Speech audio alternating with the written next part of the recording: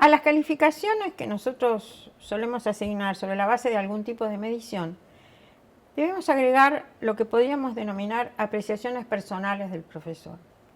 Son eminentemente subjetivas, no cabe duda, pero así como dije que en esta cuarta modalidad de la que estábamos hablando en evaluación, el papel intuitivo que puede tener la experiencia del profesor en la evaluación de la calidad del trabajo de los alumnos suele ser sumamente importante. Hoy se considera que tiene efectivamente valor, aun cuando se sabe que su subjetividad es muy alta, es decir, que tienen muy baja confiabilidad, muy baja exactitud. Yo voy a tratar de mostrar cuáles suelen ser las distorsiones más frecuentes en estas apreciaciones personales que hacen los profesores. Estamos diciendo que, vean ustedes, que si yo tengo mucha información, mis apreciaciones van a tener mucho fundamento y yo voy a poder explicarlas con mucha claridad. Corro un riesgo. Cuando la información que tengo no es suficiente, esta apreciación que hace el profesor suele estar muy sesgada. Y hay algunos sesgos de las apreciaciones personales, así como de las percepciones que en general tienen las personas. Muchos de ellos han sido estudiados específicamente por los psicólogos de la percepción, cómo se percibe a los otros.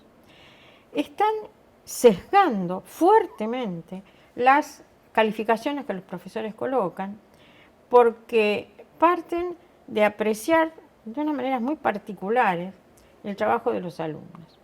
Acá sí quiero hacer una aclaración que siempre tengo que hacer, y es que cuando uno evalúa el trabajo de los alumnos, lo que tiene que evaluar es el trabajo, sea el proceso que hizo, sea la tarea que está realizando, sea el resultado del trabajo que hizo, nunca a la persona, nunca a la persona.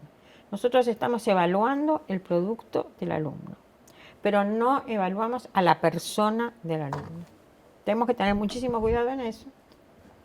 Y lo que sí podemos decir es que cuanto menor sea la información que tenemos acerca del trabajo del alumno, más riesgo, más peligro de que haya sesgos en nuestra manera de apreciarlo, que en realidad son distorsionantes. Vamos a ver los errores de apreciación más habituales. El más estudiado en el campo de la evaluación es el denominado efecto de halo. El efecto de halo consiste en la tendencia de los profesores a repetir las calificaciones de los alumnos, por ejemplo, a tipificar, estereotipar, como dije antes, a los alumnos y calificarlos en función de ese estereotipo. El halo es lo que los rodea y parecería que no puede cambiar. Como dije antes, el estereotipo es peligrosísimo a la hora de calificar a los alumnos. También hay correlativamente una tendencia a la generalización. Nosotros tenemos poca información, conocemos algunos de los trabajos de los alumnos, los hemos visto, observado en algunas ocasiones, y entonces nos parece que esa observación que hemos hecho se puede generalizar a todo lo que el alumno haga. Es nuevamente un efecto de estereotipación. La tendencia a la categorización y a la sobresimplificación hace que esos estereotipos con los cuales nosotros apreciamos, categorizamos el trabajo de los alumnos, sean pocos. Si nosotros decimos los alumnos o son buenos o son malos, van a caer en una clase o en la otra. Pero los alumnos pueden no pertenecer a la clase de los buenos o de los malos. La gente no es o buena o mala. Hay muchas clases de heterogeneidad entre las personas. Y si yo tiendo a tipificarlas con un sistema de tipos muy escaso en número, entonces el riesgo que corro de equivocarme es mucho mayor. Y mucho más aún cuando lo ubico dentro de una categoría y no lo cambio, porque no aprecio cuáles son las variantes que están apareciendo en el trabajo del alumno. Entonces, esto de que yo predigo que el trabajo de este alumno va a ser muy bueno, esto se ha manifestado en estudios sobre calificaciones, en donde en las calificaciones se descubre que el que es considerado buen alumno por el profesor recibe calificaciones más altas y el que ha sido desde un comienzo calificado regular o malo por el profesor tiende a tener calificaciones más bajas. Se une el efecto de halo, la tendencia a la generalización, con esta estereotipación en pocas categorías y se convierte en ¿qué puedo decir? Una celda en la cual ubicamos al alumno y no lo dejamos salir. La hipótesis implícita de la personalidad ha sido estudiada por los psicólogos, en el sentido de que descubrieron que entre las creencias que tienen las personas hay una que tiene que ver con las formas en que asocian distintos aspectos de la personalidad y piensan que están unidos. Por ejemplo, si es linda es inteligente o si es linda no es inteligente. Son creencias. Y entonces eso hace que se prediga simplemente por ver el aspecto físico de un alumno, por ejemplo, si su desempeño va a ser bueno o malo. Hay muchas creencias de ese tipo que implican grandes prejuicios. Prejuicios, por ejemplo, que se han manifestado respecto de la clase social. Hay investigaciones que han mostrado que las calificaciones asignadas en ortografía a un mismo trabajo, cuando se decía que provenía de un alumno que era de una clase social más alta y más educada, podría decir, o de una clase social más baja y menos educada, la calificación en ortografía se hacía más alta o más baja. Si pensaban que esa clase social era más alta, la calificación en ortografía era más alta. Y si se pensaba que el mismo trabajo era de un alumno que pertenecía a una clase social más baja, recibía una calificación más baja. Hay multitud de ejemplos de ese tipo. Así que los sesgos son peligrosos, los prejuicios son peligrosos. La inferencia sobre los rasgos físicos y en particular fisiognómicos, es decir, de la cara, muchas veces hacen pensar a los docentes que ellos se dan cuenta de si el alumno es inteligente, si tiene talento, si no tiene talento, si entendió o no entendió. Es muy frecuente que los profesores digan, yo me doy cuenta si los alumnos han comprendido o no. ¿Cómo se da cuenta? Por la cara. Y quiero decirles que no hay nada más engañoso que esto. Ha habido desde antiguo, desde la época de los griegos clásicos, un intento de tratar de asociar talentos, características de personalidad, a rasgos fisiognómicos, por ejemplo. Y han fracasado todos ellos.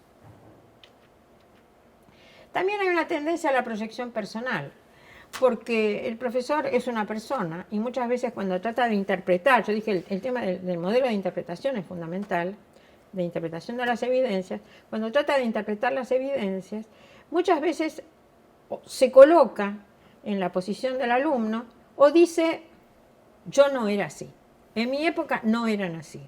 Y entonces se coloca en una posición en donde él, como persona, con sus características personales, en lugar de juzgar el valor del trabajo del alumno, lo que está haciendo es compararse con el alumno en cuanto a, por ejemplo, generaciones, en cuanto a expectativas que tenía cada una de ellas y a las formas de reaccionar o de trabajar. La primacía de la primera impresión es una de las apreciaciones más riesgosas, porque hay mucha gente que dice, mi primera impresión es infalible. Yo lo vi y yo dije, es bueno o es malo. Y la realidad es que esa primera impresión es primera impresión para nosotros. En el curso de la vida, en el trayecto de la vida de esa persona que ha hecho algo determinado o ha producido algo determinado, el hecho de que nosotros seamos espectadores de ese momento determinado es absolutamente casual. Entonces es primera impresión para nosotros, pero es una de las muchas conductas o productos que el otro ha realizado en su vida o está realizando en el cursado de una materia. Primera impresión no tiene más valor que las otras. Las primeras impresiones hay que estar dispuestos a cambiarlas. Y lo mismo pasa con la última impresión. Y esto también suele ocurrir. Y es que esa última impresión que nosotros tenemos de alguien nos parece que esa es la válida. Y no lo es, porque no es sino una más de las impresiones que uno podría tener del otro. Hay errores por mezquindad. Hay profesores que califican usando los grados más bajos de la escala. Hay profesores que tienen esa característica. Y en realidad nosotros tenemos que decir que la escala de calificaciones es para calificar el trabajo de los alumnos, no de los profesores, o de Dios, como en algún caso se pensó. 10 para Dios, 9 para el autor del texto, 8 para el profesor, 7 para el mejor alumno. No es así. El 10 es para el alumno. El 10 es para el alumno que haga un buen trabajo. Por eso la mezquindad en las calificaciones no es justa. En la duda siempre hay que colocar la calificación más alta. Si nosotros dudamos entre un 5 y un 6, tenemos que poner 6. Si dudamos entre un 8 y un 9, tenemos que poner 9. Entre un 9 y un 10, tenemos que poner 10. No se puede ser mezquino. Pero tampoco se puede ser excesivamente generoso. porque el error por generosidad también confunde al alumno, le hace variar sus criterios acerca de qué clase de trabajo se espera que él haga, dónde está la calidad, y entonces la generosidad también distorsiona las calificaciones. Hay que tratar de ser lo más justo posible. Y el marco de referencia estrecho opera con mucha frecuencia en la evaluación cuando los profesores califican en función de un grupo de alumnos determinado, un grupo de trabajo que se han presentado. Por ejemplo, a veces escuchamos en los exámenes decir, fulano de tal merece 10 puntos, pero no, dice otro, porque Mengano, que merecía 10, estuvo mucho mejor que él. Pero el hecho de que los dos se encuentren en ese mismo día, en ese grupo que se presentó en conjunto, no quiere decir que los dos no merezcan 10. No sé si se entiende. Pero lo que estoy diciendo es que el hecho de que yo compare a mis alumnos, al valor del trabajo que ellos han hecho, con una pequeña muestra, que no es representativa de nada, es una muestra constituida al azar, en ese día, en esa fecha de presentación, nada más, en ese curso por casualidad. Yo no puedo usar la comparación en esos casos, porque voy a cometer una injusticia. A eso estamos llamando marco de referencia estrecho. Por lo tanto, cuando hablamos de apreciaciones, quiero decir que una de las formas en donde nosotros podríamos llegar a tener un apoyo en la asignación de calificaciones que representan niveles de calidad diferentes es a través del uso de rúbricas. Como ustedes saben, la rúbrica es una matriz de doble entrada que a nosotros nos permite evaluar, teniendo en cuenta las características importantes del trabajo que estamos evaluando, por ejemplo, en un pequeño número de niveles de calidad diferenciados, en donde cada una de las intersecciones de la dimensión evaluada y del nivel de calidad están claramente definidas. Por eso decimos, son planillas que permiten evaluar una variedad muy grande de cosas, pero nosotros las tenemos que construir ad hoc y vuelvo a decir, son matrices de doble entrada donde nosotros definimos dimensiones y niveles de calidad. Y en cada uno de los casilleros que queden determinados hacemos una definición clara acerca de qué calidad le correspondería en esa dimensión al trabajo que ha presentado el alumno. De esta manera, el uso de rúbricas también nos ayuda a mejorar el sistema de calificación y a no equivocarnos en las apreciaciones personales que hacemos, que como digo, cuando no tenemos suficiente información, resultan sesgadas. De hecho, también le ayuda al alumno porque comenzamos diciendo que la evaluación le tiene que ayudar a aprender mejor. Las rúbricas deben ser un instrumento que el alumno tiene mientras prepara su trabajo, mientras estudia. Él tiene que saber con qué criterios va a ser calificado. De esta manera, entonces, queda abierto una cuestión que es sumamente importante, que vale la pena analizar con cuidado, que es la construcción y el uso de rúbricas para mejorar las calificaciones de los alumnos.